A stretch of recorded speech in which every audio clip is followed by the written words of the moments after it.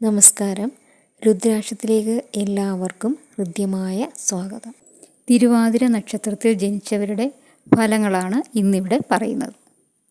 തിരുവാതിര നാളിൽ ജനിക്കുന്നവർ അധികവും സ്വന്തം കാര്യങ്ങൾക്ക് കൂടുതൽ പ്രാധാന്യം കൊടുക്കുന്നവരാണ്. അവർ പൊതുകാര്യങ്ങൾ താല്പര്യം കാണിക്കുമെങ്കിലും അതിനു പിന്നിൽ ചില സ്വാർത്ഥ ലക്ഷ്യങ്ങൾ ഉണ്ടായെന്ന് വരാം. കൂടുതൽ ലോകപരിചയവും പ്രായോഗിക ബുദ്ധിയും കർമ്മശേഷിയും ഉണ്ടാകും. ആത്മാർത്ഥതയും സത്യസന്ധതയും ഇവരുടെ പ്രത്യേകതകളാണ്. പക്ഷേ അധികം ആളുകളുമായി അടുക്കാൻ ഇവർ തയ്യാറാകില്ല. മത്സരങ്ങളിൽ നിന്ന് ഒഴിഞ്ഞു നിൽക്കാൻ പ്രത്യേകം ശ്രദ്ധിക്കും.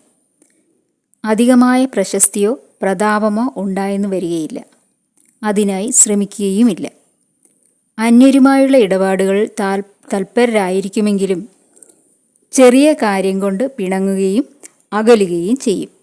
ചെറിയ കാര്യം കൊണ്ട് പലരുമായി സൗഹൃദത്തിലാവുകയും ചെയ്യും. പരിശ്രമശീലമുണ്ടാകും. ഒന്നിലധികം പ്രവർത്തനങ്ങൾ ഒരേ സമയത്ത് ഏർപ്പെട്ട് വിജയം നേടും.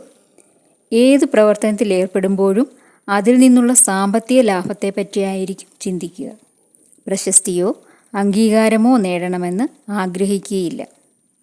ആർക്കും കീഴടങ്ങി പ്രവർത്തിക്കാൻ തയ്യാറാകാത്തതുമൂലം പല പരാജയങ്ങളും നഷ്ടങ്ങളും ജീവിതത്തിൽ ഉണ്ടാകാം. കലാബോധവും ശാസ്ത്രാഭിരുചിയും ഉണ്ടാകും. ധനാഭിവൃദ്ധിക്കായി പല മാർഗങ്ങളും സ്വീകരിക്കും. ദൂരയാത്ര ചെയ്യുകയും ദൂരസ്ഥലത്ത് ജോലി ചെയ്ത് നേട്ടങ്ങൾ ഉണ്ടാക്കുകയും ചെയ്യും. സ്വന്തം കുടുംബവുമായി അടുപ്പക്കുറവുണ്ടാകാം. വിവാഹകാര്യത്തിൽ താൽപ്പര്യക്കുറവ് കാണിക്കും. വിവാഹം നടന്നാൽ തന്നെ അത് താമസിച്ചായിരിക്കും. ജീവിത പങ്കാളിയോടുള്ള സമീപനം അല്പം കർക്കശമാവാൻ ഇടയുണ്ട്. ചിലപ്പോൾ ഇത് അകന്നുള്ള താമസത്തിലോ വിവാഹമോചനത്തിലോ കലാശിച്ചെന്ന് വരാം. കുടുംബജീവിതത്തിൽ പല അസ്വസ്ഥതകളും ഉണ്ടായെന്ന് വരാം.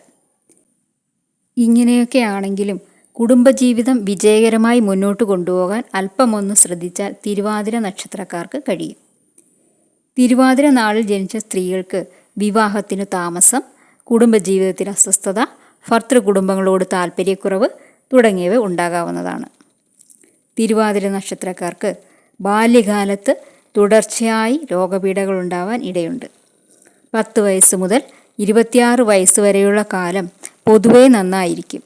മെച്ചമായ വിദ്യാഭ്യാസം, ജോലി തുടങ്ങിയവ നേടാൻ ഈ കാലത്ത് കഴിയും. 26 വയസ്സ് മുതൽ 45 വയസ്സ് വരെയുള്ള കാലത്ത് സ്വജനങ്ങളിൽ നിന്നകന്ന് ബുദ്ധിമുട്ടി കഴിയേണ്ടി വരും. ഈ കാലത്ത് സാമ്പത്തിക നേട്ടങ്ങൾ ഉണ്ടാകാമെങ്കിലും കുടുംബജീവിതത്തിൽ അസ്വസ്ഥതകൾ ഉണ്ടാകാം. 46 വയസ്സ് മുതൽ 62 വയസ്സ് വരെയുള്ള കാലം ഗുണദോഷ മിശ്രമായിരിക്കും. 50 വയസ്സ് മുതൽ 70 വയസ്സ് വരെയുള്ള കാലം അപകടങ്ങൾ, മുറിവ് ചതവുകൾ, രോഗബാധ തുടങ്ങിയവ ഉണ്ടാകാവുന്നതാണ്. 70 വയസ്സിന് ശേഷം കൂടുതൽ ശാന്തവും സന്തോഷപ്രദവുമായ ജീവിതം ഉണ്ടാകും.